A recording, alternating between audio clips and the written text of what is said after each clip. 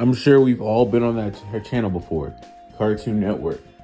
If you haven't, I don't know what you were doing when you were a kid, but yeah, Cartoon Network Kids certified right here.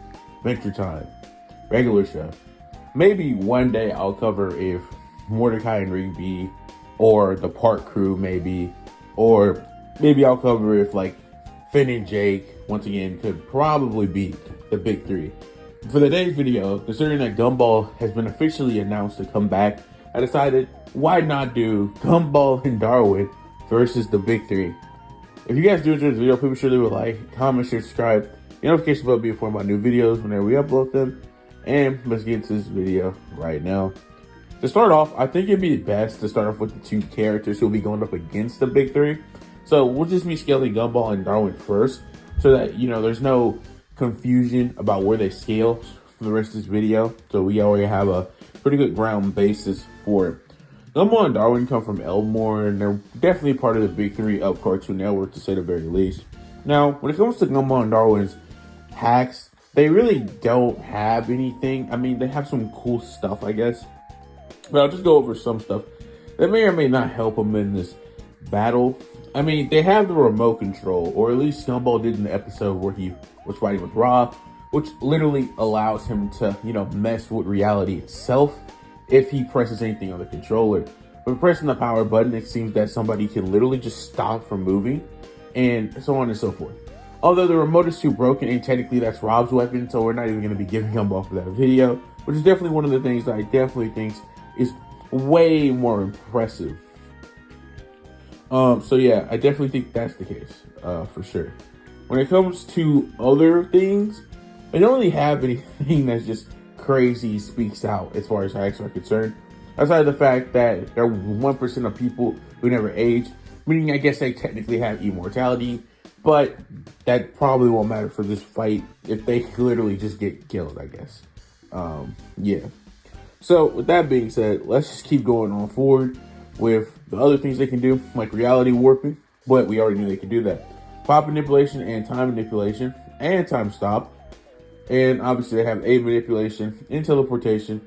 BFR won't matter for this video because quite literally it literally does not matter because we won't be using that as a wind gun. And with that being said, we quite literally don't need to discuss anything else. We quite literally can just get into like what else they can do in terms of attack potency. So yeah, and then we'll cover Gumball and Darwin's speed, and we'll get a move on here. Gumball and Darwin's most highest scaling at the beginning is probably being easily comparable to Darwin, who was one sneeze with enough force to send every object in town into the air, destroy several houses at once, and blast Banana Joe disappearance to China. And this is even better because with the male power 2000 greatly boosted strength and Darwin's strength to the point where Gumball was able to one-shot Tina with a dodgeball. Tina is consistently portrayed as much stronger than base Gumball. Next, we have Gumball having some multi-solar system scaling, which could arguably be likely universal scaling, because with the console's reality warping, the console was capable of warping the entire universe into its game. This was backed up by N.I. East's own statement and a story background of Richard's attack. However, this was not performed out of raw physical strength, but there is something to note. With the Universal Remote and Magic Notebook, both do not focus on raw destruction though, but they are very crazy hacks. I did already bring these hacks up. Now, what I do want to say is Gumball and Darwin are likely universal, as they were able to tank the Big Bang, but getting Gumball and Darwin above universal is kind of very difficult. So I think this is probably where they cap. They're most consistently around this tier of power. So let's go ahead and discuss how fast Gumball and Darwin are. He ran so fast that he left a trail of flames behind. He pedaled a tricycle to where he was set ablaze, and he played a video game so intensively that his thumbs were caught on fire. So yeah, Gumball has a lot of hypersonic stuff. You know, he has a lot of that. And I definitely think that's consistent throughout the show that, you know, he's definitely moving around that speed of hypersonic, which you'll quickly find out is not that crazy potentially for going up against the big three. But, you know, maybe I'm wrong here. Maybe he has some better chance than maybe we think. of the sea. Now, there's also a massively fast and light speed feat, of course, but we should have already known this. Has been shown to keep up with casual Gumball and the rest of his family. And why that's important is because in one episode, Nicole was shown to quite literally be capable of fighting this girl named Suki, whose daughter can create thunderstorms that were stated to be able to cause all around the world. Apparently. This is also a statement that comes from the creator or something. So I'm not going to be taking it with too much validation. But also, he has traditionally dodged Robert's lasers, which move faster than other characters can react. So at the bare minimum, Darwin is just faster than light, which would also count for Gumball. So that's a better way to do it. I would just say they're faster than light, personally, at the bare minimum. Maybe Mac be faster than light. Take some things like that Masami statement into account. But ultimately, we won't be doing that for the sake of this video. With that being said, I think we got a pretty consistent basis for Gumball and Darwin. They're both relative, so they both be around universal level and would have faster and light speed. Okay, now that we've done that, let's see how strong the big three are. Which, let's see if it's not close at all. To start off, Luffy will be the person of my targeting audience, as Luffy is the most interesting one out of all of them when it comes to scaling. I'm a One Piece fan, so I just know Luffy Scaling off the back of my hand. Luffy is arguably, depending on how you interpret the Whitebeard statement, either able to destroy civilization, which would mean that he's a multi-continental level destroyer, or you take the Whitebeard statement at face value and you assume Luffy is planet level.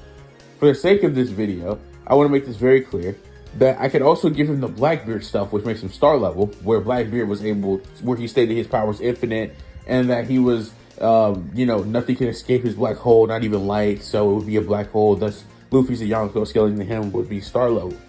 But what you'll quickly find out is Luffy is MFDL plus, which is way faster than Gumball and Darwin, but he's not even close to them in AP, and there's not really any meta that can really get him anywhere near these two. Funnily enough, in terms of power, Luffy has some good hacks with his hockey, to say the very least, but ultimately, the three types of hockey, which are armament, observation, and conquerors, would probably not be useful. Conqueror's hockey might work on Gumball and Darwin, to say the very least, is they're really shown to be strong-willed people, unless in certain instances due to Toon Force, so it's kind of questionable how much will they actually have. I think Luffy would just get destroyed though, because Gumball and Darwin are faster than light, meaning they probably couldn't keep up with Luffy that well, but all they would have to do is just land one hit to really win. Plus, not mentioning the time hacks, such as having time stop due to them, once again, surviving the Big Bang. So, yeah. Also, Gumball can turn Super Saiyan, which if we give him a Super Saiyan multiplier, would probably make it fast enough to keep up with Luffy, as a Super Saiyan multiplier is probably 5 times. So, yeah, let's go along with that. So, yeah, we'll just say Gumball and Darwin get past this round. Plus, it's 2-on-1. Very likely, especially when it takes one hit to really, beat your opponent. Next, we'll be talking about Naruto Uzumaki. And the thing about Naruto is, you gotta really understand that Naruto is kinda, in the same boat as Naruto. I meant to say Luffy, but not really. And I'm gonna quickly explain why I say that. Naruto, unlike Luffy, depending on how you interpret things, is either just planet level with faster than light speed, or if you believe the Kaguya stuff and you really go in with the Momoshiki stuff, you can start really saying, hey, we got Naruto over here at universal level. And obviously, depending on how you interpret the speed stuff, you can have Naruto at massively faster than light. Now, the thing is, as I said earlier, Gumball and Darwin's higher interpretation is massively faster than light, which I really could have just said to end the Luffy section even faster. But this becomes a problem of who would actually win at this point, because Naruto's best stuff is Universal Plus, massively faster than light. Gumball and Darwin's best stuff is massively faster than light and Universal. So could Naruto win? Naruto spams Rasengan, Shadow Clones, and they are stated to be relative in power to him. Definitely Naruto has a pretty good shot at winning here, but the thing is, Gumball and Darwin hacks of Toon Force, being able to use the, the male power, 2000, and stuff like that. Not to mention if I gave them a remote or, the magic book, this can get very troublesome for Naruto very quickly, depending on how you interpret a couple of different things. I mean, I would probably lean in the direction of Gumball and Darwin taking this fight, as I genuinely just see their hacks and Toon Force as being enough to really catch Naruto off guard, especially considering their stats are slightly more close. I definitely would say that Gumball and Darwin are more consistently universal than Naruto is too, which just means they should technically be stronger. Although I do think Naruto is actually less consistently mastery Faction Light, and I think he falls more into that Faction Light range, as Kishimoto constantly just goes back on the, calc stacking for Faction Light. So yeah, I definitely don't see Naruto really making it out alive in the situation, if I had to say so myself. So yeah, I got Naruto losing here, for sure. Last but not least, we have the substitute Soul Reaper himself, Ichigo Kurosaki. Will Ichigo finally get his team a win? But then again, I am going to be putting them all, let's just say what happens if they all were to jump them in a second. So it's not like that's a big deal. So we'll just see what Ichigo could possibly do. Hey guys, it's Season Gaming here, or at least part of it, of them. Anyways, I just wanted to say that I'm going to be redoing the Ichigo section for the video, as personally, I don't even like the Ichigo section for the video. I kind of don't like the way I did the Naruto section, but nonetheless, this is just going to be a Ichigo section, so say hello to future me, I guess.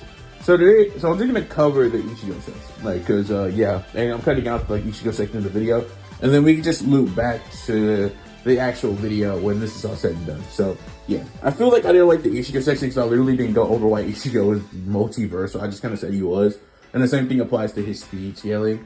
Frankly speaking, I'm actually going to take back what I said about Ichigo having infinite speed, although I do agree he has it. I couldn't really find the panel for why he has infinite speed, so I'm going to ignore Ichigo having it for the sake of this video, and yeah, I'm going to try to make this as fast as I humanly can, so let's get into this now.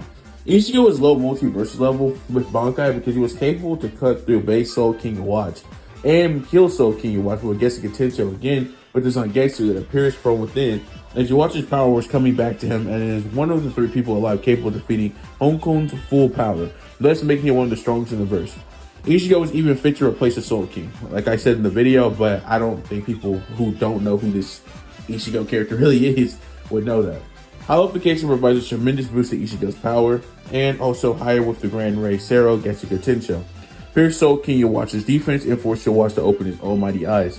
Grand Ray Sero is a greater boost than Sero's Escuras, and we know Soul King Yawatch feared Ichigo's Bankai enough to go out of his way to not fight it, instead destroying it with the Almighty.